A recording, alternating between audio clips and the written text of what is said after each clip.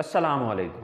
So students, today we are going to take the start of class number 15, and in today's class we will talk about has to modal verb. चलें guys, start करते हैं हमारी आज की class. So students, has to modal verb is used to express necessity in the present. अगर आप इस definition को देखें तो इसकी definition same as it is जिस तरह से हमारी हैव टू मॉडल वर्ब की हमने डिस्कस की थी, बिल्कुल वैसे ही इसकी भी डेफिनेशन है कि टू एक्सप्रेस बयान करने के लिए नेसेसिटी ज़रूरत को इन द प्रेजेंट मौजूदा वक्त में. सेम यही डेफिनेशन हमने हैव टू मॉडल वर्ब में भी पढ़ी थी.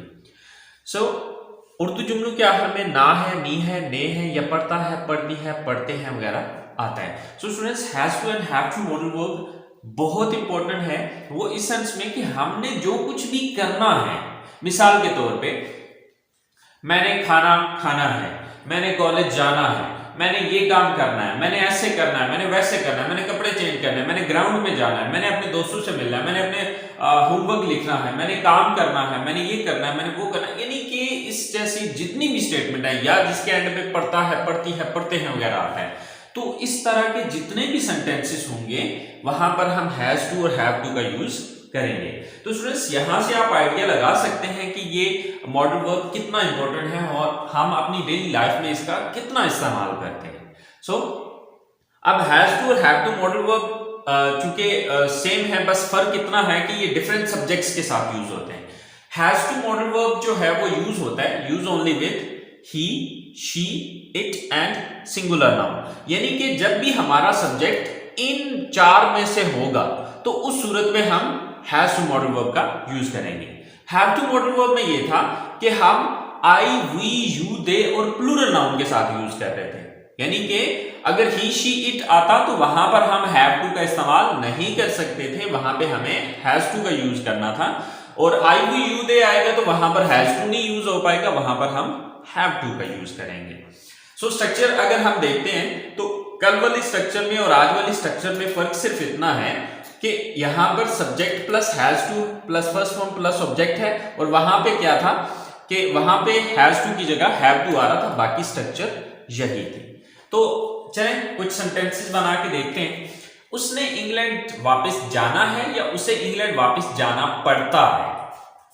सो अब उसने, अब वो एक लड़की भी हो सकती है, वो एक लड़का भी हो सकता है. ठीक है, अब ये डिपेंड करता है सेंटेंस पे कि लड़के के बारे में बात हो रही है या लड़की के बारे में. अगर लड़का है तो ही का वर्ड यूज करें, अगर लड़की है तो फिर आप शी का लफ्ज इस्तेमाल कर लें. सो उसने इंग्लैंड जाना है, सो सब्जेक्ट हमारा क्या है, ही या शी, दोनों में से जो सा मर्जी यूज कर लें. चलें हम ही यूज कर लेते हैं. Then has to, he has to. Then first form of the verb, वापस जाना, go back. He has to go back. उसने वापस जाना है. कहां जाना है? इंग्लैंड.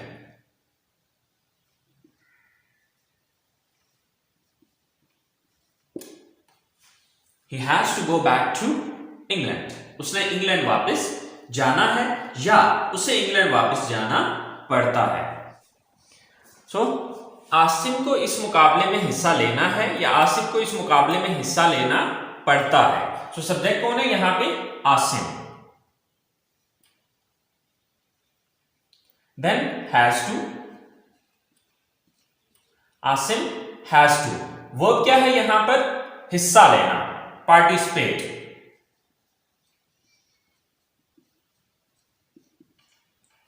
या टेक पार्ट भी आप इसकी जगह यूज कर सकते हैं. पार्टिसिपेट मुकाबले में, in competition.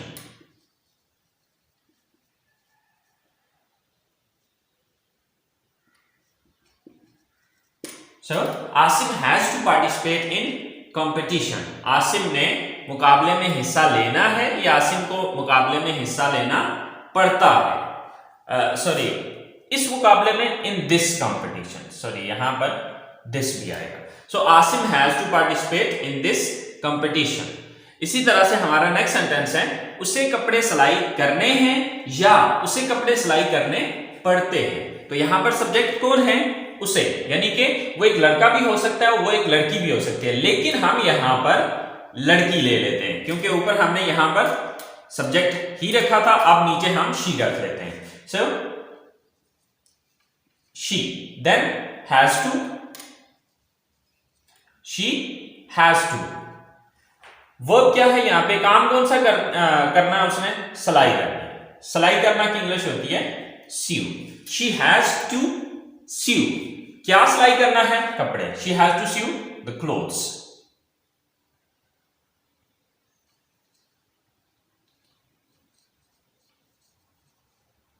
She has to sew the clothes. उसने कपड़े सिलाई करने हैं या उसे कपड़े सिलाई करने पड़ते हैं। सो स्टूडेंट्स, ये हमारे हैज टू मॉडल वर्ब की पॉजिटिव सेंटेंसेस हैं। सो आई होप सो आपको ये चीज समझ में आ गई होगी, ये चीज क्लियर होगी। और स्टूडेंट्स, इसको बहुत अच्छे से समझिएगा क्योंकि ये हमारा बहुत इंपॉर्टेंट मॉडल वर्ब है, has to and have to, क्योंकि हमारी डेली लाइफ के अंदर इसका बहुत ज्यादा यूज होता है। तो चले आए, अब हम बात करते हैं इसके नेगेटिव सेंटेंसेस की।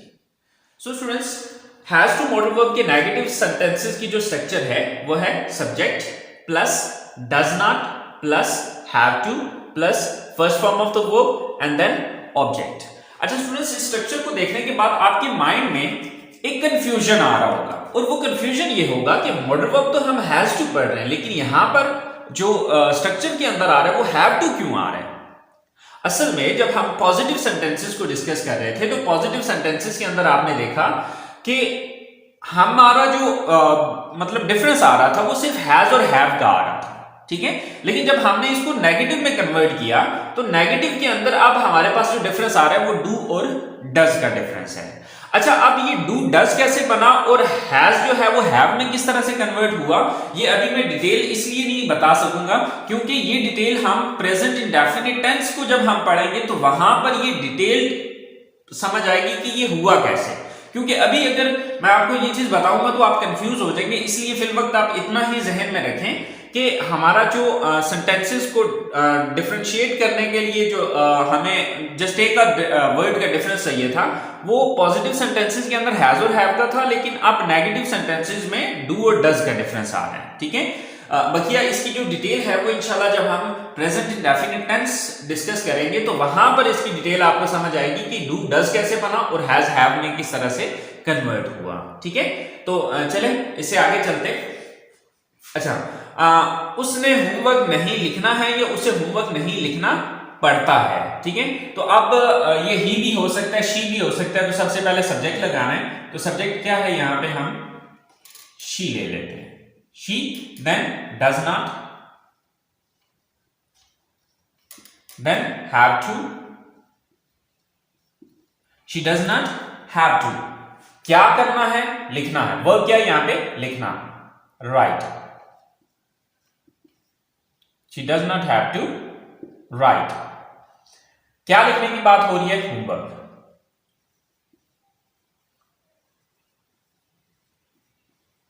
She does not have to write homework.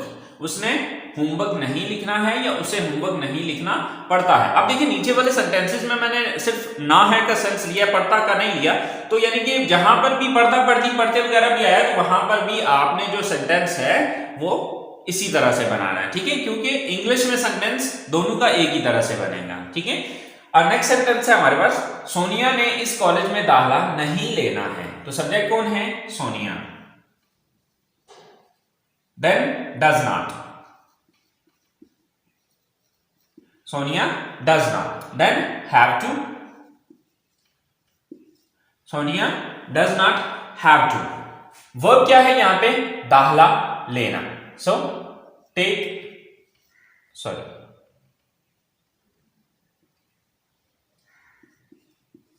admission. Sonia does not have to take admission. इस कॉलेज में, in this college. Sonia does not have to take admission in this college. कि सोनिया ने इस college में दाखिला नहीं लेना है, ठीक है। अच्छा, नेक्स्ट हमारे पास सेंटेंस है, कि उसे आज खरीदो फरोख्त के लिए नहीं जाना है। सो उसे अब हम लेते हैं कि वो मेल भी हो सकता है तो फीमेल भी हो सकती है। अगर मेल है तो ही का वर्ड यूज करेंगे, अगर फीमेल है तो शी का लफ्ज इस्तेमाल करेंगे। तो फिल वक्त अभी हम इसको ही कर लेते हैं। So he then does not then have to then first form of the verb. यहां पर वर्ब क्या है, काम कौन सा करना है, जाना है। She does not have to go, she does not have to go, उसने नहीं जाना है खरीदो फरोख्त के लिए, for shopping. So he does not have to go for shopping, उसे आज खरीदो फरोख्त के लिए नहीं जाना है, सॉरी आज, टुडे।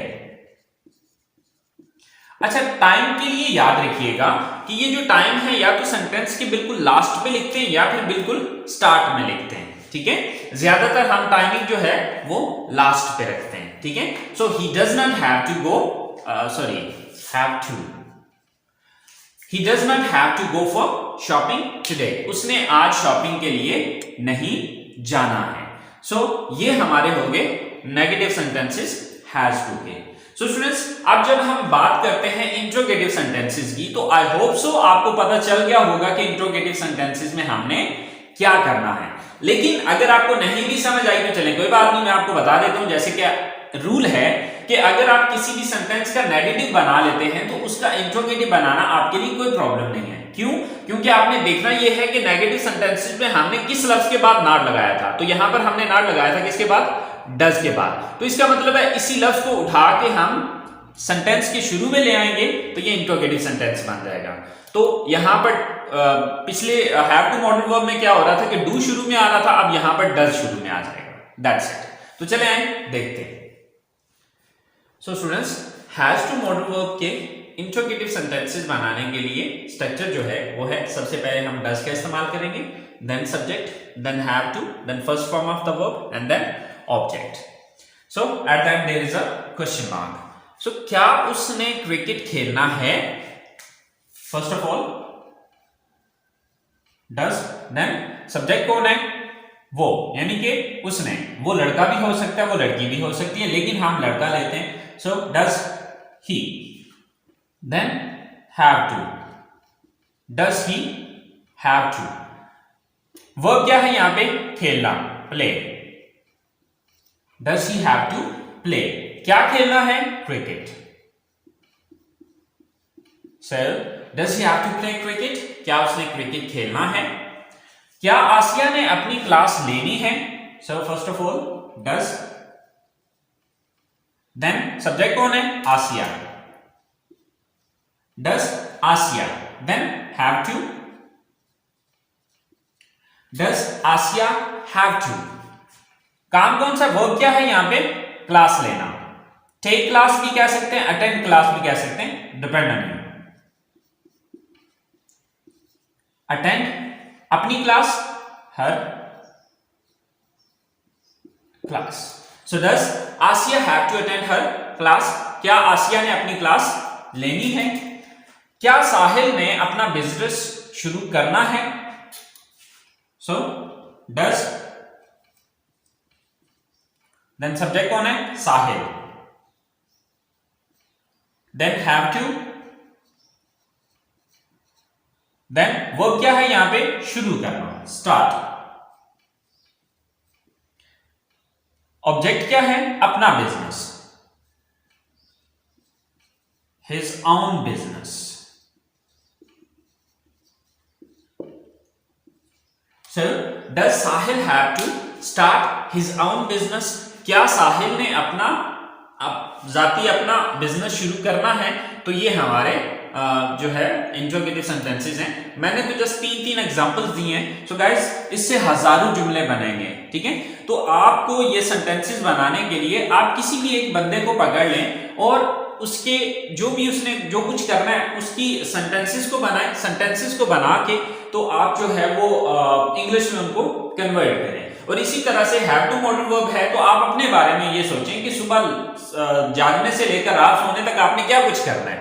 तो उन सारी सेंटेंसेस को पहले उर्दू में लिखें, लिख के फिर उनको इंग्लिश में कन्वर्ट करें। मिसाल के तौर पे मैं ये कहता हूं कि मैंने सुबह उठना है, मैंने वजू करना है, मैंने नमाज पढ़नी है, मैंने कुरान पाक की तिलावत करनी है, फिर मैंने तैयार होना है, मैंने नाश्ता करना है, मैंने कॉलेज जाना है, मैंने अपनी क्लास लेनी है, मैंने घर वापस आना है, मैंने रेस्ट करनी है, मैंने मतलब सुबह जागने से लेकर रात सोने तक आपने जो कुछ भी करना है उन सारी पूरी अपनी पूरे दिन की एक्टिविटीज को नोट डाउन करें और फिर उसको इंग्लिश में कन्वर्ट करें, ठीक है। और वहां से आपको आइडिया हो जाएगा कि ये मॉडल वर्ब कितना इंपॉर्टेंट है और डेली रूटीन में आप इसका कितना इस्तेमाल करेंगे, ठीक है।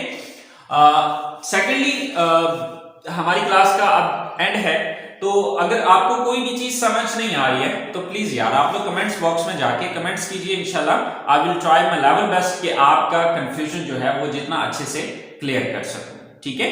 तो दुआओं में याद रखिएगा, इंशाल्लाह जिंदगी रही तो नेक्स्ट क्लास में आपके साथ मुलाकात होगी। अभी तक के लिए अल्लाह ने कहना।